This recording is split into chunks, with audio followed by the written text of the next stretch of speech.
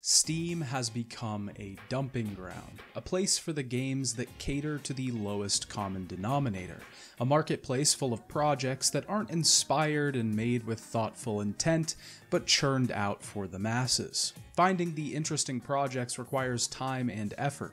We have to dig through the trash to find the good, but that's what I'm here for, to take the brunt of the negative to hopefully find something great, so that you don't have to. We'll be taking a look at some of the worst reviewed games on Steam. I picked 10 games that were among the mixed, negative, and overwhelmingly negative.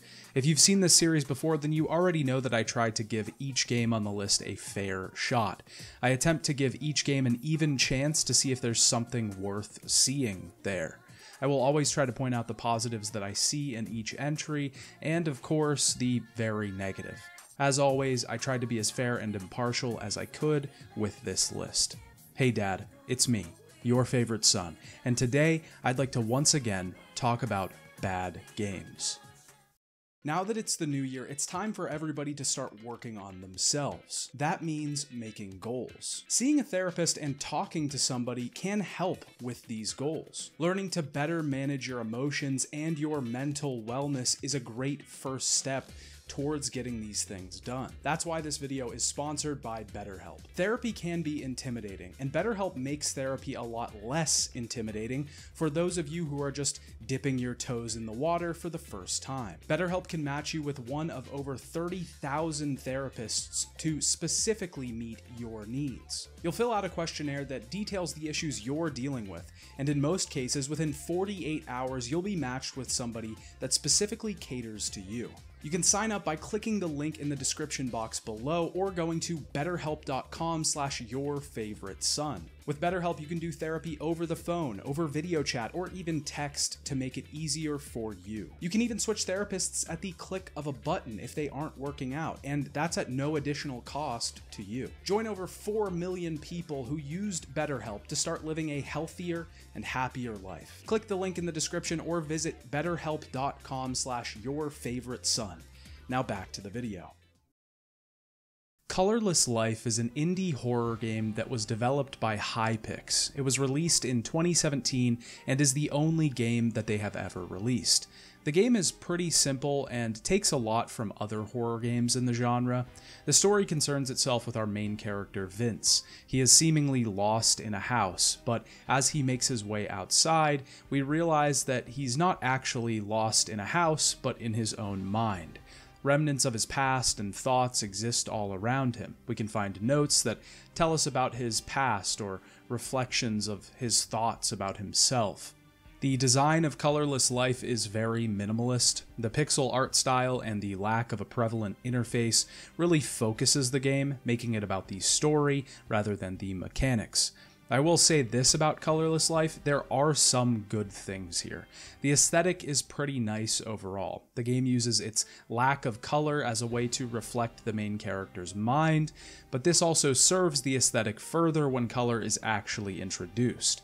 I also am not turned off by a game that might be a walking simulator, something with minimal mechanics and a larger focus on narrative or style.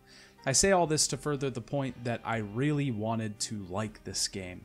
I'm always eager to find indie horror games that aren't talked about enough. The genre just has so many games that are constantly being churned out, because horror as a genre generally focuses on story and tone. These games can be made pretty easily, but that doesn't mean that they can be made well. Because of this, I was pretty disappointed to find out that Colorless Life is kind of terrible. The main reason for this is that the dialogue is made up of broken English. For some reason, this gets increasingly worse as the game continues on. How do you have to spend hours not depart from virtually motionless body once beloved granny? This looks like a typing test. This reads like a typing test. In the beginning, most of the translation issues are obscured, but as we get further and further into the story, every sentence is just a garbled mess. We can barely understand what's going on. This undercuts the mood that the game sets up with its style and design. We can't take a horror game too seriously when the characters say things like, "How much would you have any friends? You will not be people." Every time a character speaks or we see text pop up on the screen, the whole atmosphere disappears and the only emotion that can be found is humor. Do you remember when you fell out of love summer in its 8 years? The other large problem with Colorless Life is one that probably was heavily intertwined with the previous issue. The story is really just incredibly derivative. It takes so much from basically every horror story before it, especially ones from games.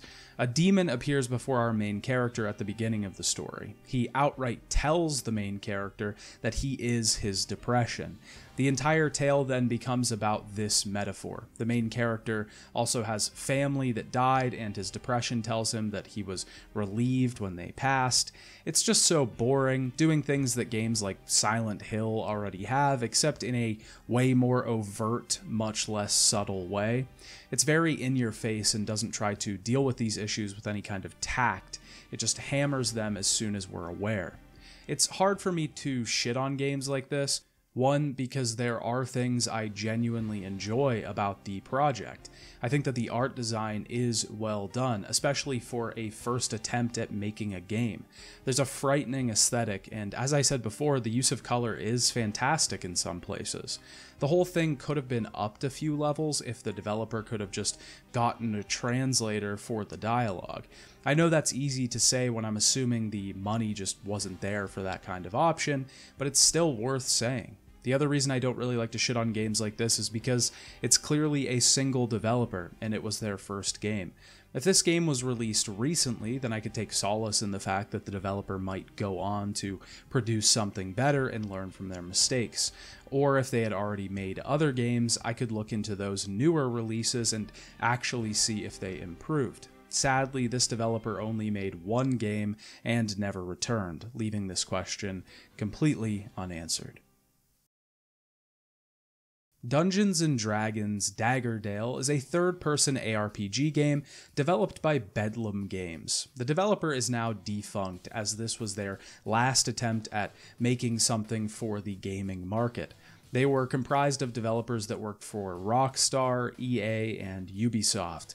Bedlam only had 2 games on their resume before Daggerdale: Dawn of the Dead, an iPhone game, and Kung Fu Deadly Arts, a game that I could find almost no information about online.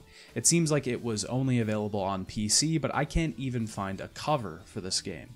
But let's focus on Daggerdale, because there's a lot about it that I really hate.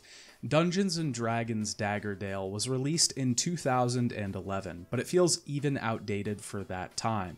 First of all, for an ARPG, there is a very limited amount of characters that we can actually play. We have the option between an elven rogue, a human fighter, a dwarven cleric, and a halfling wizard. In any other RPG, we are generally allowed to pick our race and class, allowing us to multiply the number of combinations at our disposal. Here, we're only given 4 options, which is extremely limited. I will say that the system isn't limited in its skills, powers, and abilities that it lets us choose. Most of the systems follow the basic D&D tabletop role-playing mechanics. We have various stats and skills that we can upgrade and use. There are a lot of these, and at points it does feel like we have a variety of options at our disposal. I suppose this could make gameplay varied in the skills that you can choose and use, but when the gameplay itself is bad, then it's difficult for that to matter too much.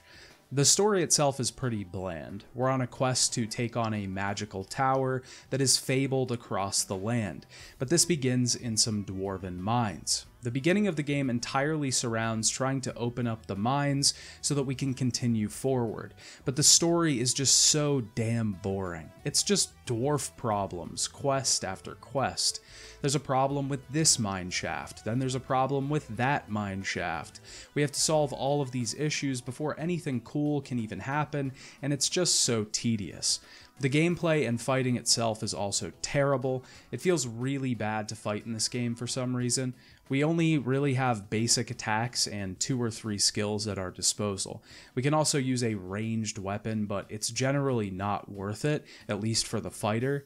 There's just not enough variety here, and most of combat just sees us attacking enemies over and over while making sure to heal every once in a while. The game is also pretty buggy. There's a lot of problems with picking up items and interacting with switches. Inputs on skills and items always seem to mess up. It never really works on the first try, so we just end up having to mash buttons to get the skill to actually respond. The absolute worst thing about the game, though, is the quest design. Like I said, the story is very bland and dull. And this might sound shocking, but I can even forgive that as long as the gameplay makes up for it. But the quests are just absolutely the most repetitive thing I've ever seen. Normally, in a game like this, I would expect a linear structure. Most of the games released in this genre around the time were like this. We would travel through areas, taking certain quests and side quests, and continuing on. For some reason, Daggerdale elects to have a small hub area where we accept quests. We can buy equipment here and find even side quests, but we travel outside into the mine shafts to complete quest objectives. This is a huge problem because we end up backtracking so much. This makes the game feel more like an MMO in structure rather than an ARPG. This would be fine if the gameplay was a little more punchy, if there were more features to interface with, if leveling was quicker and skill progression was faster, but none of this is true in Daggerdale. Now, you might be saying that this is a D&D game, leveling should be slow. It's just emulating the tabletop game that it was based on. That makes sense, but then everything else should have to adjust for that, and game design should fit with the systems that are necessary to match the tabletop mechanics. Without getting too bogged down in the details though, one of the worst things about the game is that it's just all around bland. Even looking at footage of this game, I wouldn't even be able to tell what it is. I would probably just label it as one of those bland, boring ARPGs released in the late 2000s or early 2010s. And that's exactly what the legacy that Dungeons & Dragons Daggerdale leaves behind. Nothing. Safe House is a game developed by Labs Games that was released in 2018. This is seemingly the only game that they developed, as I can't find anything else on their company's history. The game itself sees us running an American operation into a foreign country. We have to build and manage different operations in our safe house. Each room has its own purpose. We start out with only the front office to manage. Here we must consult our codebook. When a visitor enters, we can decode the phrases that they speak and find the correct response. If they aren't speaking any of the code words, then we can just reject them. Each time we complete one of these tasks, we earn money. We can only complete these tasks during the day. Before each day, we have a construction phase and an operations phase. The first is to build new rooms in the safe house for new operations, and the second is used to send operatives out into the field to complete missions. During the operating time, for every successful operation, we will receive money. If we fail, then we lose money. The most interesting thing about the game is that all of the money that we lose during the day goes toward enemy operations. When the enemy receives enough money, we will get debuffs to our income or to the effectiveness of our safe house. Every time we introduce a new construction, though, we get a new operation, creating another task that we need to complete during the day, making the whole thing more complex. We'll have to accept incoming shipments to the back dock by verifying their codes against the ones we have in our instruction manual. We can decode incoming messages by using a simple cipher that is given to us. We can use the infirmary to heal operatives that have been injured in the field. Here we have to take in their patient information and give them the correct medication based on their allergies. In addition to the gameplay of Safe House, there is a story happening in the background. This is probably the weakest part of the game, to be honest. Before we talk about that, I have to talk about another game, because a lot of the reviews for Safe House drew comparisons to it. That game is Papers, Please. I never actually played Papers, Please until now. It doesn't necessarily have similar gameplay, but it has a similar vibe. In Papers, Please, we are slowly given information about the country that we're in, the government, and the rule at the time. There's things happening in the background, and the story and the state of the world is slowly delivered to us as we play a game with simple mechanics to try and determine whether the people trying to enter our country are following the rules. Safe House has a similar thing going on. As we complete operations, we learn more about the country that we're operating in. We learn about how they achieved independence, but how they have been controlled by a rich faction within the state. Safehouse delivers this information in a very poor way though. The dialogue is badly written in general, but it also dumps facts on us during cutscenes. There's a character that basically tells us everything about the history of the country and the current state of things, and that's his only purpose. It's not well done at all, and Papers, Please is a much better example of how a political story like this can play out, how the narrative can be delivered in the background, and how it also shows the effect that this has on the people that live there. That being said, I actually don't mind Safehouse overall.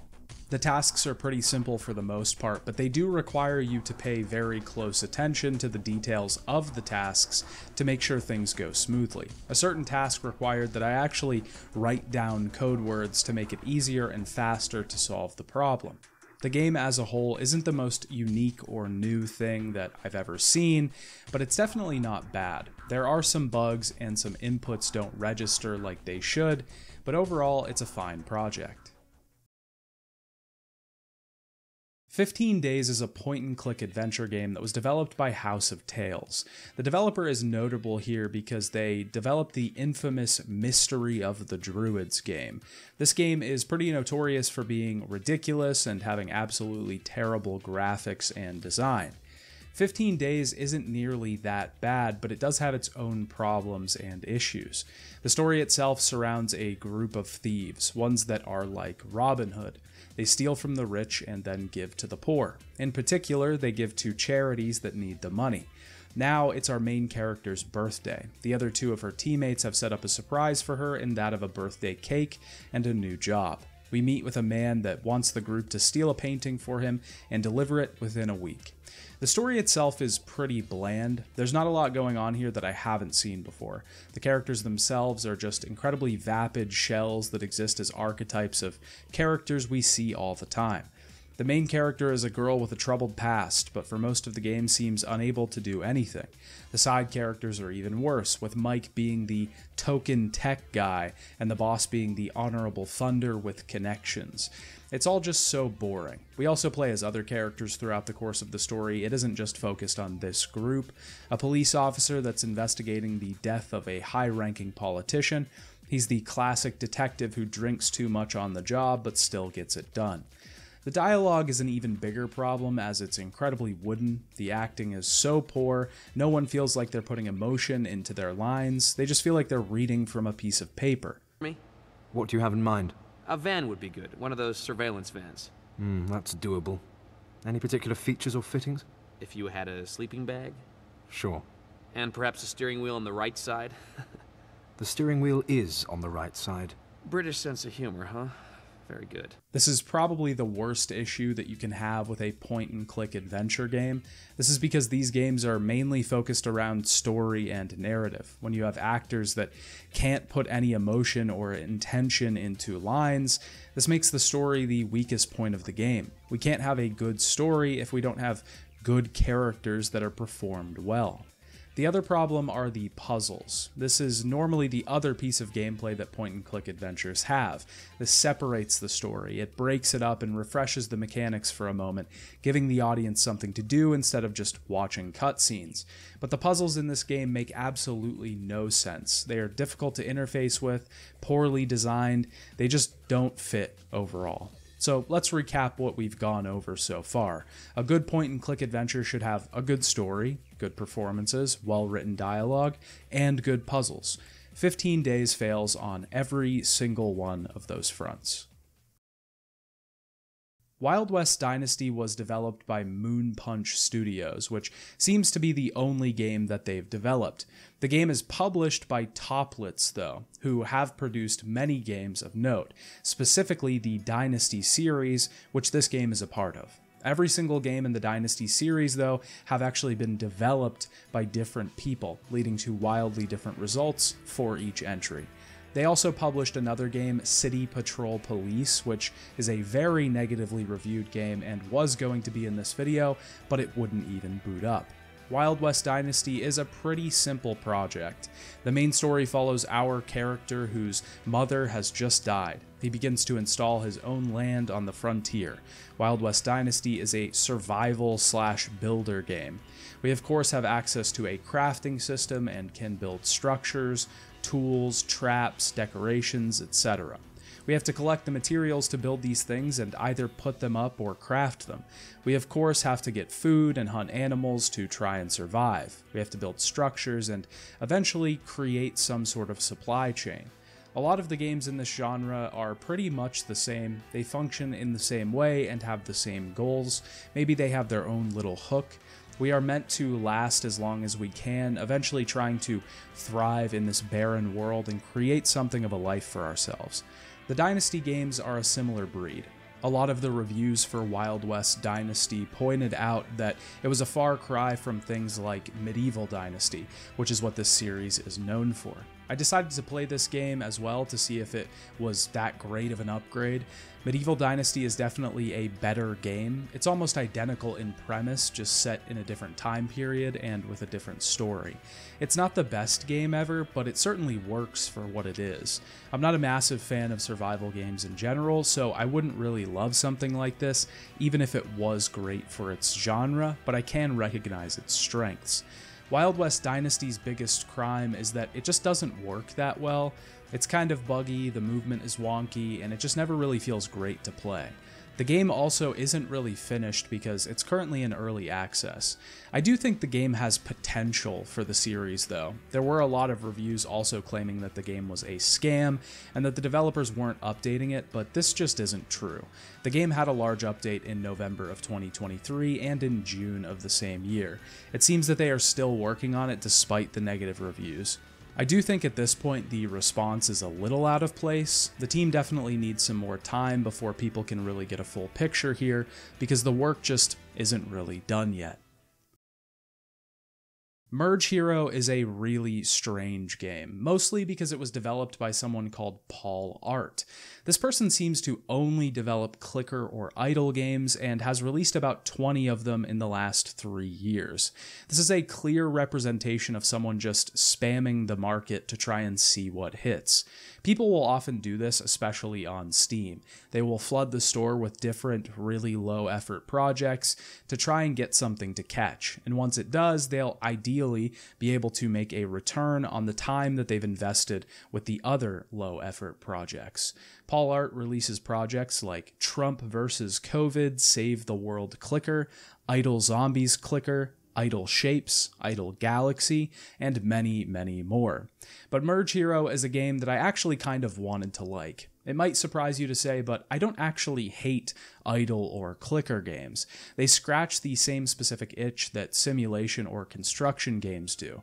They force you to make a number go up, and making the number go up is satisfying, whether it's stats, gold, or product generated. They're just a much simpler version of a simulation game. Games like Cookie Clicker and Melvor Idle seek to actually elevate the genre and create something interesting rather than just trying to get money from consumers. As you can clearly see, Merge Hero is either unfinished or broken. There are no backgrounds for any of the levels. At first I thought this might just be a bug or some aesthetic design choice.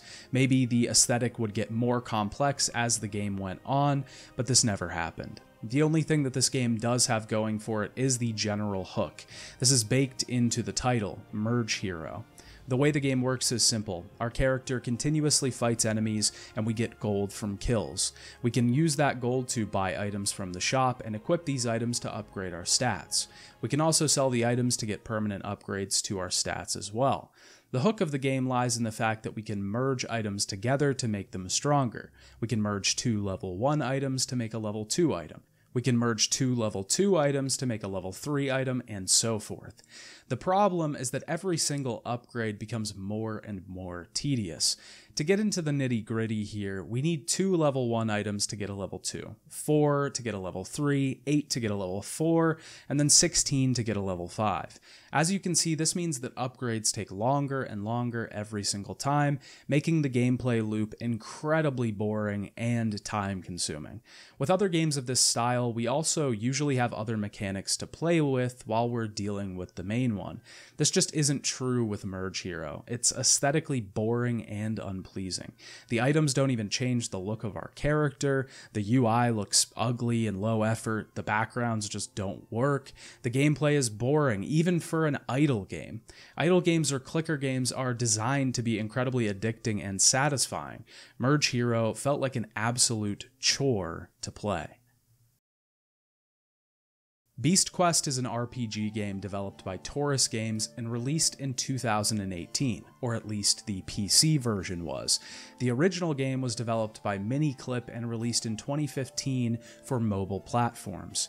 Miniclip has developed a lot of very popular mobile games, and Taurus Games has been making licensed projects since the 90s. Since I'll be talking about the PC version today, it's worth talking a little bit more about Taurus Games. They have over 100 titles developed, and most of these are licensed titles like Ben 10 or Paw Patrol. These days, they seem to be working on developing learning tools for children with reduced attention spans. This is a noble effort overall, and honestly seems like something more their speed. Beast Quest is actually based on a series of children's fantasy novels by the same name. There's over 100 of them, and they're all ghostwritten by different people, with the writers all using the pseudonym of Adam Blade. The series is seemingly pretty popular because it started in 2007 and still has books being released today. The game itself surrounds the story of 4 mythical beasts in the world that have been corrupted by a dark wizard called Malville. We play a young man named Tom, the chosen one, if you will, who will be able to save the beasts of the world. We are assisted by the wizard Aduro in our quest. The story as a whole is pretty cookie cutter, clearly taking a lot of inspiration from the children's novels that it's based on. The only thing that sets it apart from the rest is the style and tone of the story. It's very much tongue-in-cheek. There are a lot of cutscenes and moments that are played for jokes. I am the good wizard Aduro, and it... Oh, oops, sorry. Here, what was I saying? While playing the game, I often thought about games like Fable. It genuinely feels like the style and tone that they were going for, but a much more subdued version of that. Something much lesser and a little bit more cringe. They were going for a certain audience here though, and it was definitely kids. We begin on this path to take down the beasts, and along the way we meet some companions that will join us on our adventures. The gameplay of Beast Quest is easily the worst part though. Again, like I said with previous games, I can handle a poor story, especially if a game has really great gameplay, but this game is absolute torture to get through. First of all, the controls are just god-awful. The camera is constantly swaying with the mouse, and it's almost nausea-inducing. On top of that, the jump is terrible, it's floaty, and even looks super goofy. It just feels so bad to jump in general, and it's awful to have to do any sort of platforming. I assume the controls are some sort of carryover from the mobile game version, but this can be easily fixed if a good port is done for the game. Clearly, this is not a good port. The other large part of gameplay is the combat. Nothing was really done here to change the combat for the PC version, and it still just plays entirely like a mobile game. We have no free movement during combat. We stand in front of one or more enemies and can attack with either fast or slow advances. Enemies can also attack us. We can either time a dodge and counterattack, or we can move to the left or right sides to get out of the way. Switching sides also lets us attack different enemies because some enemies will be out of our range. We can charge up attacks to either damage all enemies close to us or the enemies far away from us. The whole issue with this combat system is that it's just so damn slow. There's so many battles in this game, so many enemies to contend with. We fight so much trash here, and it's just so tedious to fight them over and over again. Also, when venturing through quests, we'll generally be sent down a mostly linear path. We follow along the path, defeat enemies, and along the way we can open chests with keys that we find. That's literally it. The gameplay loop is nothing but opening chests and fighting enemies the whole way through. Every once in a while, we'll be graced with a simple block puzzle, but it never gets more complicated than that. There isn't any challenge here, things never get shaken up, and it goes on so long. We can do some side quests in town, but they're incredibly simple fetch quests with nothing behind them. We will gain skills over time, slightly complicating the combat system, but it's nothing crazy. skills that increase our speed or let us do powerful attacks. It's definitely not enough to make the game entertaining. The whole thing is just a massive slog with levels that drag on forever, a story that feels like it was ripped from something better, and gameplay that makes you want to fall asleep. Beast Quest has nothing going for it and seems like it was just churned out to get a few buys on the Android store, cashing in on the Beast Quest name to garner some attention. Gun Brothers is a roguelite game developed by Rootify. The developer has 3 games on Steam. In addition to Gun Brothers, they've also released Massive and Undead Souls. All 3 of these games are basically the exact same thing. They asset flip projects to try and steal the fan base from other games. They are incredibly shady and clearly aren't trying to do anything original. On top of that, all 3 of these games were released within 3 weeks of each other. Gun Brothers specifically is a complete rip-off of Nuclear Throne. If you've never played this game before, it's one of the higher quality roguelites out there. It has a fantastic and unique design with interesting characters and a great soundtrack. The gameplay is fast-paced and responsive. Each time we play the game, we attempt to ascend to the Nuclear Throne and defeat the final boss by making our way through levels without dying. Each run is different with unique mutations and areas. Each pass-through presents new challenges and difficulties, but we get better each time we go through, and the challenge that the game presents is rewarding in its own right. Once we finally overcome the challenge, we feel a great sense of achievement and pride for having overcome the game. Gun Brothers doesn't steal any of the good things from Nuclear Throne, it only takes its style, aesthetic, and general idea.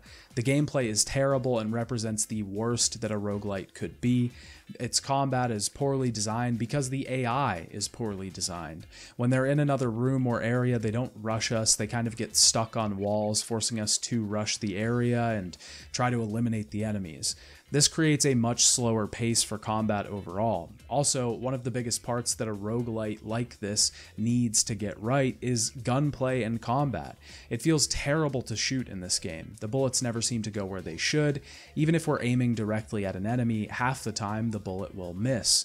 The inputs are also incredibly messed up. At the beginning of a level, we generally are supposed to get some sort of upgrade. That's how the progression system in this game works. We get stronger throughout each run by gaining upgrades at the start of a level, giving us the ability to contend with the new enemies we face. But most of the time, we can't even interact with these upgrades. The whole game is just filled with bugs that never seem to have been fixed. This is, of course, because the game was an obvious cash grab, just an attempt to make a quick buck off of someone's success. It honestly feels like playing a Flash game, but not in a good way. Roguelites or roguelikes should be difficult and addicting. Their design fosters an environment where the player forces themselves to try again, one more run, because this time they just might make it. Gun Brothers does not create this type of environment. It creates one where we don't even feel like continuing on, because what's the point? It's all so tiresome. Masterspace is a game that I'm not going to talk too long about, mostly because there just isn't a lot here. The game is basically a space Minecraft-like builder survival project. We have the freedom to run around planets, mine for resources, build buildings, and craft what we want. I will give this game the fact that it is quite ambitious. It allows you to build spaceships, to fly around to different planets, and build whatever you want on them, but don't misunderstand me, this is not No Man's Sky. It's incredibly small and has very little of what it wants to have. The game was released in 2015 and had previously been out in early access. The developers promised a lot more than what the game actually had, and fans were really disappointed with the slow development. Eventually, the game did have a full release, but that is what you see here. There's a lot of problems with the game. First of all, it looks very bad, even for a game that came out 8 years ago. I can understand and forgive this to a certain extent because it was an indie project, and it's an open world space survival game. Generally, these games have less taxing graphics so that the software in the system can deal with such a large area. I don't mind lower graphics, but the game has no style at all. It is incredibly bland and just really hard on the eyes. It doesn't offer really anything in the way of aesthetic. The other problem is that the controls and interactions with the environment all work really poorly. When flying the ship, if we don't push the thrusters, it immediately just starts falling through space. The ship doesn't stay floating, it just falls like physics or pulling it down to the bottom of space, I guess. It's kind of insane to fly something and just have it immediately fall when you stop. Crafting things is also really janky and just doesn't really work well at all. An ideal game like this should make engaging systems that draw you in. You should want to craft and build to develop a more complex settlement. Gaining resources should be engaging so that you want to collect more to feed back into the crafting and building systems. This game doesn't really do any of that. On top of it all of the systems are really confusing, and the game has a half-assed tutorial that only explains the very basic mechanics that you'll encounter. You're then just dumped into a system with like 20 skills, and we have almost no idea what they're for or why we would want them. Games like this are always way too ambitious for their own good. They're aiming for the stars, but don't have the ability to reach them, so they crash. This is why you always hear game developers being told to start small, because things like this are difficult to achieve even for a team of experienced people. The developers eventually abandoned the game and didn't fix any of the issues that were present with it, so the game now sits on the store as an unfulfilled promise to its audience. Hazen, The Dark Whispers is the final game that I'll be talking about today. It was developed by Dagger Games and published by Strategy First. Strategy First has appeared on the channel before. They published Flat Out 3, Chaos and Destruction, a very notoriously bad game that I've talked about previously. Hazen is really no better. It's a game that attempts to be an ARPG, but doesn't really succeed on any fronts. We of course can attack with weapons and use skills, equip armor, and use items. It has all the basic fare that you would expect from the genre. One of the first things you'll notice about the game is that it is incredibly ugly. The game was released in 2010, so I can give it some leeway there, but it seems like a lot of simple design principles were ignored, even for the time. It's just really hard on the eyes. The icon art is just ugly and half cartoonish. The models look really rough. The nameplates and the HUD all just look really underdeveloped.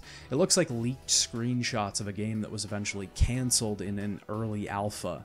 The story is incredibly underdeveloped and teeters on non-existent. We basically just start in a graveyard fighting skeletons and then are in a town doing quests for people who just give us gear that they've stashed nearby. There isn't an interesting narrative here, and the one that they do give is just skeletons and necromancers, something that had already been done 1,000 times even before 2010. It's all just so bland and expected. Also, the game is just very unbalanced. From the beginning of the game, we can barely take out a group of enemies, and we don't get enough items or healing potions to combat this right away. There isn't even a tutorial to really explain the mechanics of the game, so we just have to fumble through poorly constructed menus to determine what to do. I honestly don't know what this game even is. Normally, I would be able to see if something was a cash grab or trying to make money from trends at the time, but this doesn't even do that. It does seem like an attempt to make an ARPG, but the team just failed miserably at what they were trying to do. Also, one of the biggest things that an ARPG can have going for it is responsive and good combat. Even if you have to grind, it should feel satisfying to take down a group of enemies. Gaining experience and progressing forward in a skill tree, we should get stronger quickly to be able to take out enemies easier, making things more satisfying. A lot of the appeal of the genre is the tactile nature of the combat. Things need to be fast-paced to keep you engaged and involved. Hazen feels like a baby version of an ARPG, something that wasn't finished and made by people that didn't understand the genre. It looks goofy, it feels goofy, it is goofy. With that, we've gone through another 10 of the worst reviewed games on Steam. As always, if you have any games that you'd like me to include in future videos, make sure to put them in the comments section. And as always, I'd like to shout out all of the people that subscribe to my Patreon. All of you go the extra mile to support the channel and the videos that I make. I'm working hard at getting more videos out while also working on the massive series that is The Witcher, but now that I'm on the third game, I can say that I'm in the final stretch. I'll see you all soon. Bye, Dad.